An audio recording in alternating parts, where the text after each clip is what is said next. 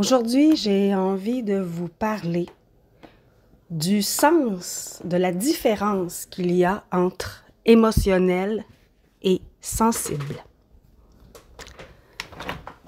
Pour moi, il y a vraiment une différence entre ces deux mots, bien qu'elles soient délicates, subtiles.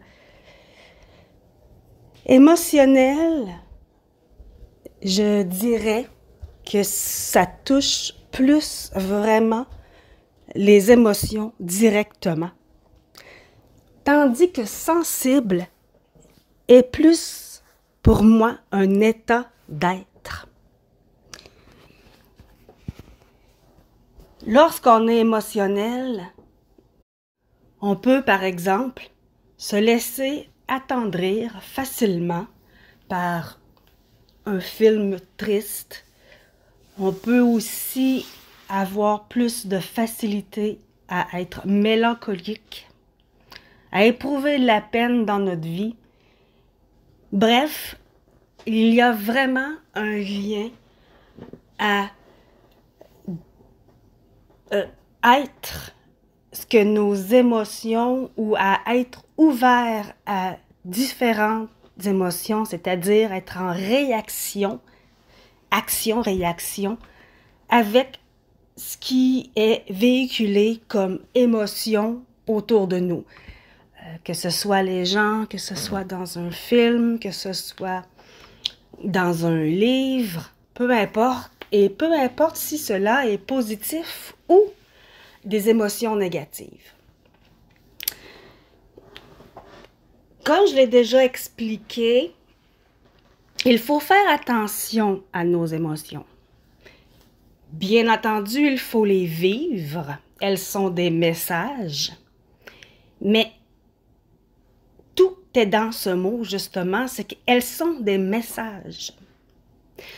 Au niveau scientifique, l'émotion est un signal électrique que notre cerveau envoie en réponse, en réaction, en fait, avec quelque chose que l'on a vécu ou que l'on vit dans notre vie concrète. Donc, c'est un message électrique. J'avais déjà expliqué à des gens que l'âme n'est pas nos émotions. L'âme est une entité neutre.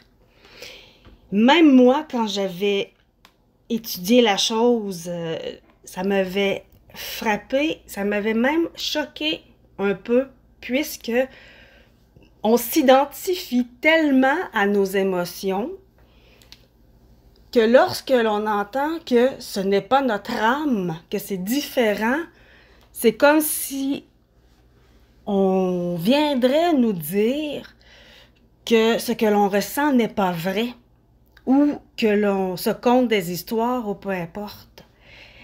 Mais c'est pas ça, en fait, le message ou la profondeur. L'âme, elle est vraiment neutre. C'est une entité qui est pure. On vient faire des expériences dans le monde matériel. Elle n'a pas de cerveau, c'est notre corps qui a un cerveau. L'âme n'a pas de cerveau, donc elle ne peut pas juger, elle ne peut pas comparer, elle ne peut pas...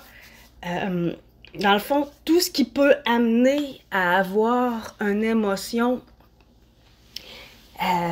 Exemple, pour une personne qui vit une situation X, ça peut être un événement hyper choquant ou hyper amusant. Prenons la même situation pour une autre personne, ça peut être totalement banal. Autant au niveau positif que négatif, ça peut être quelque chose qui est vraiment pour elle tout le contraire de l'autre personne. C'est vraiment une question de perception, les émotions. Sont en lien avec qu'est-ce que nous sommes, qu'est-ce que nous avons bâti. On pourrait même aller jusqu'à l'ego. Parce que l'ego, c'est ce que l'on bâtit, dans le fond, depuis notre enfance. Mais même lorsque l'on se défait de l'ego, on continue à avoir des émotions. C'est normal, on est humain. On est humain et on possède encore notre corps. Donc, notre cerveau continue à nous envoyer des messages électriques pour percevoir le monde autour de nous, pour nous percevoir à travers ce que l'on vit. C'est ça, dans le fond, une émotion. On est choqué ou on est heureux parce qu'une chose est arrivée. C'est très subtil comme différence. C'est très difficile à admettre aussi. Mais lorsque l'on commence un réel cheminement personnel, spirituel, avec nous-mêmes, que l'on se défait de notre passé, de nos blessures et d'un ego qui tente de tout contrôler, on voit la différence, on ressent la différence. Lorsque l'on médite suffisamment et qu'on s'avoue les vraies choses à soi-même, au lieu de les éviter, au lieu d'être dans le déni, on va ressentir notre âme. Et ce ressenti va faire en sorte qu'il sera bien plus facile de concevoir par la suite que les émotions ne sont pas l'âme. C'est possible de sentir la différence entre les deux. En fait, vous avez sûrement déjà entendu parler de ça, d'être spectateur de notre vie.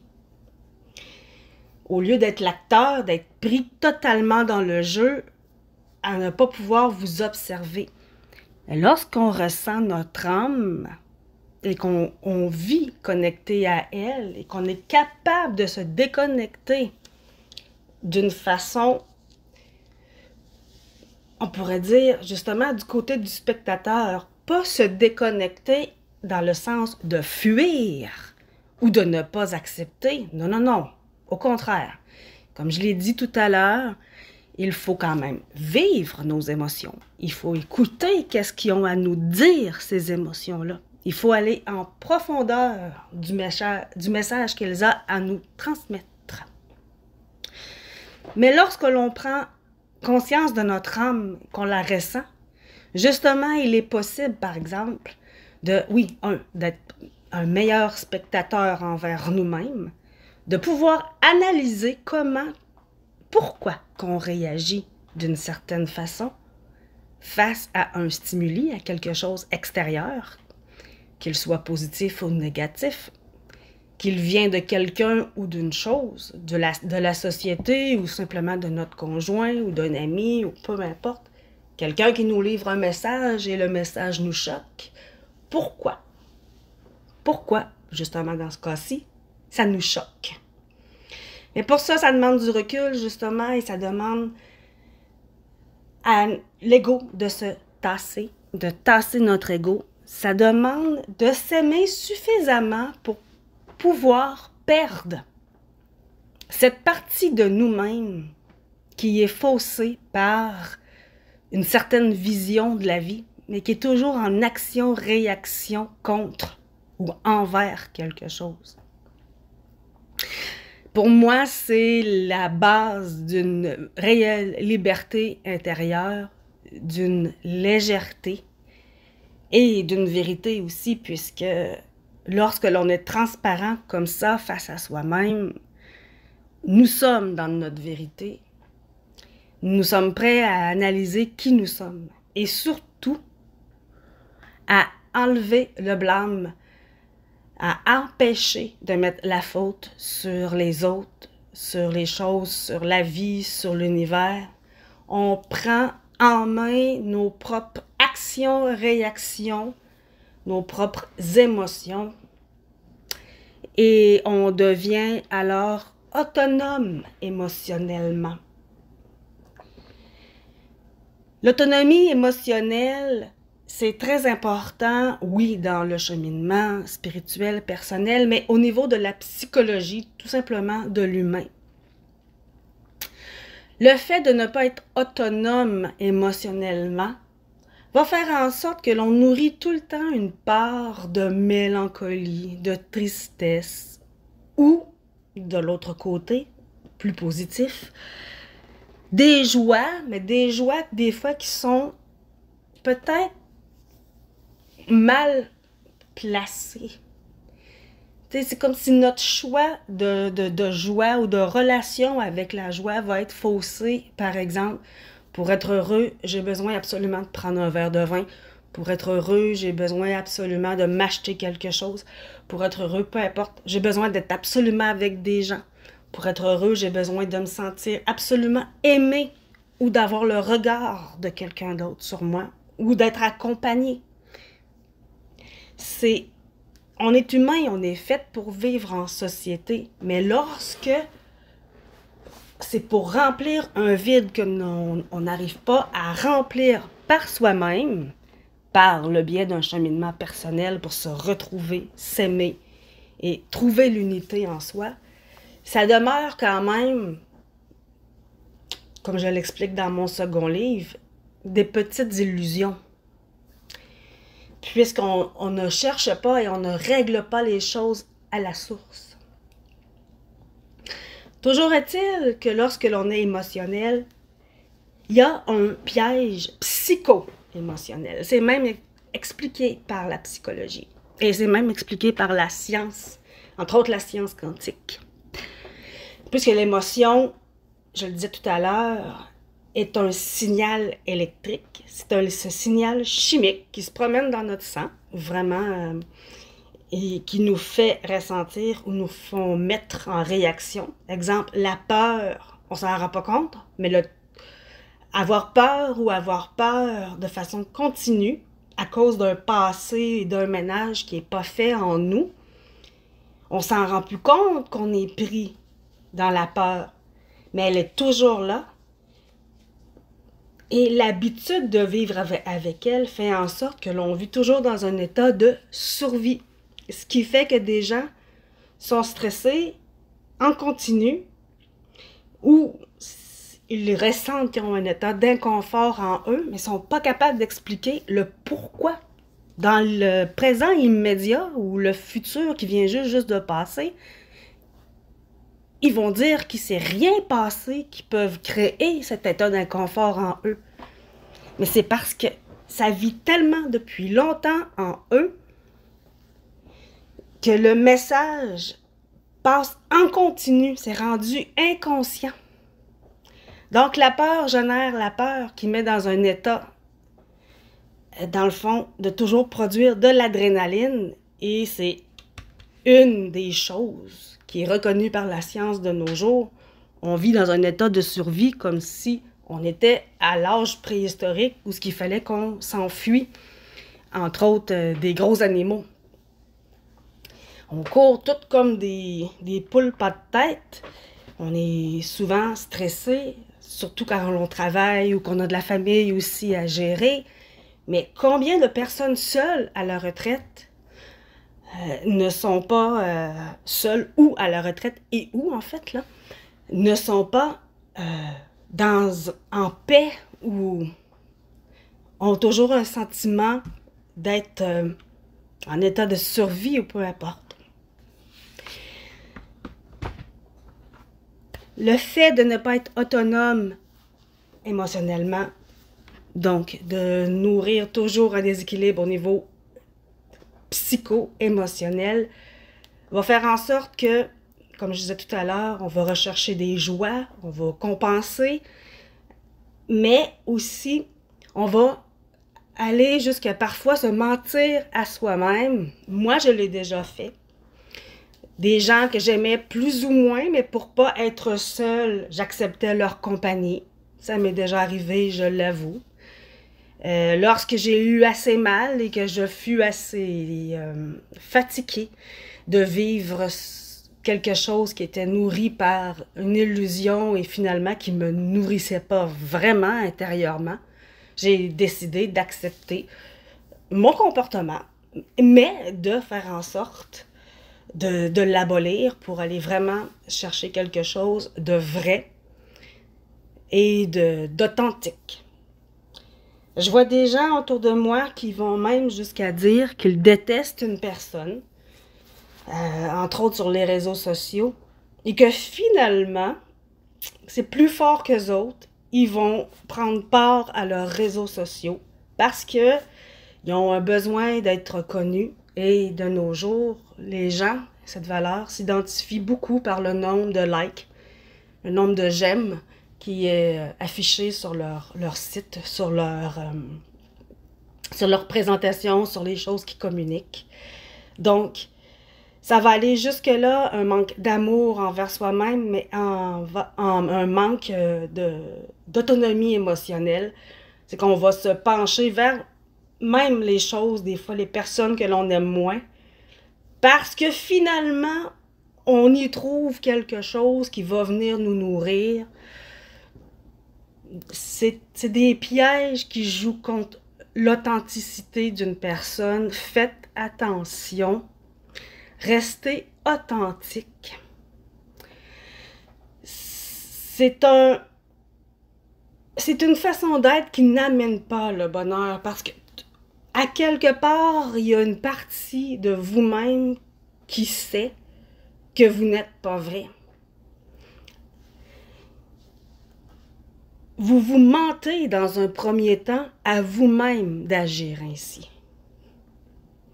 Ça ne peut pas apporter le sentiment d'être dans l'unité. Peut-être que sur le coup, l'action va vous apporter un peu de bien-être, puis vous voyez le nombre de likes sur votre message que vous avez partagé. Ça peut vous procurer un petit moment de bien-être, comme la coupe de vin que l'on prend parce qu'on s'ennuie, ou parce qu'on est heureux, ou parce qu'on a eu une mauvaise journée. Vous comprenez? C'est compensatoire. Soyez authentique.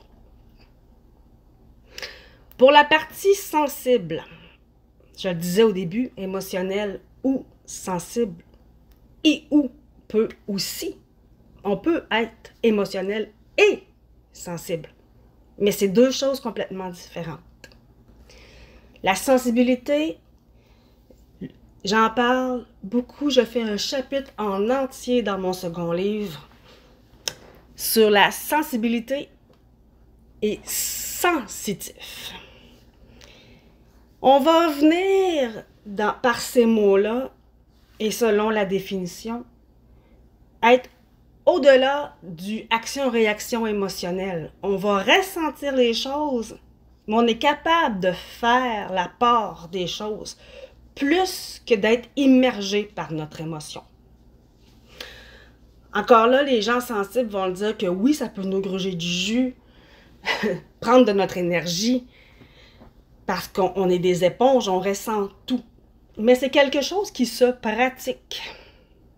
Alors que l'émotion, c'est vraiment une substance chimique qui est produite par notre cerveau. Je le répète parce que c'est important de saisir que c'est vraiment pas une nature de l'âme, mais c'est un message qui est envoyé pour nous aider à percevoir notre moment immédiat, nous percevoir dans la matière, donc dans notre vie.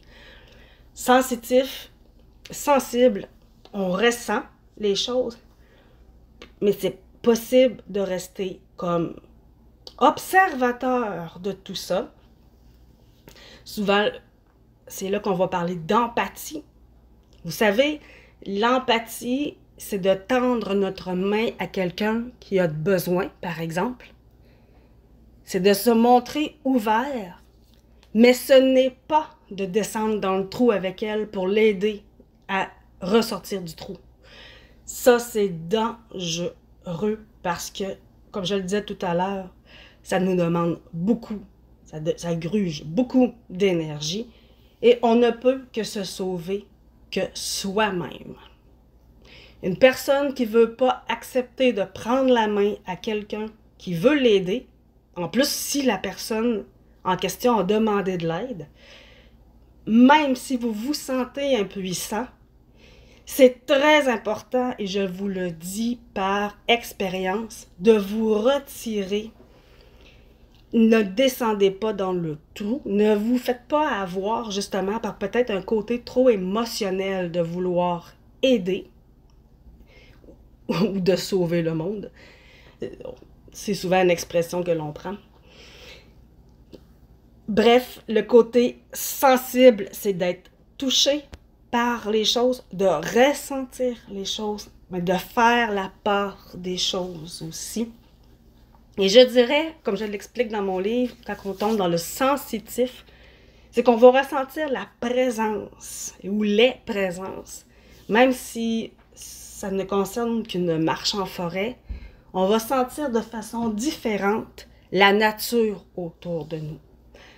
Donc, vous voyez que c'est totalement différent qu'une émotion standard qui est en réaction avec un stimuli extérieur.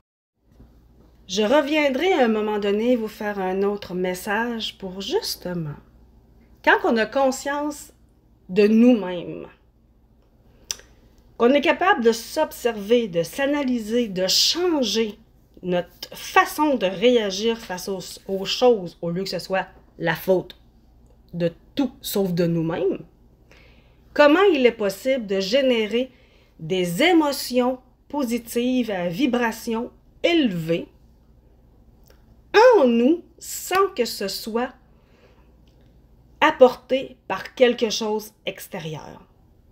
Là, on devient non seulement observateur, mais on devient vraiment créateur de nos états d'être. Et ce que l'on vibre, ne l'oubliez pas, crée votre futur.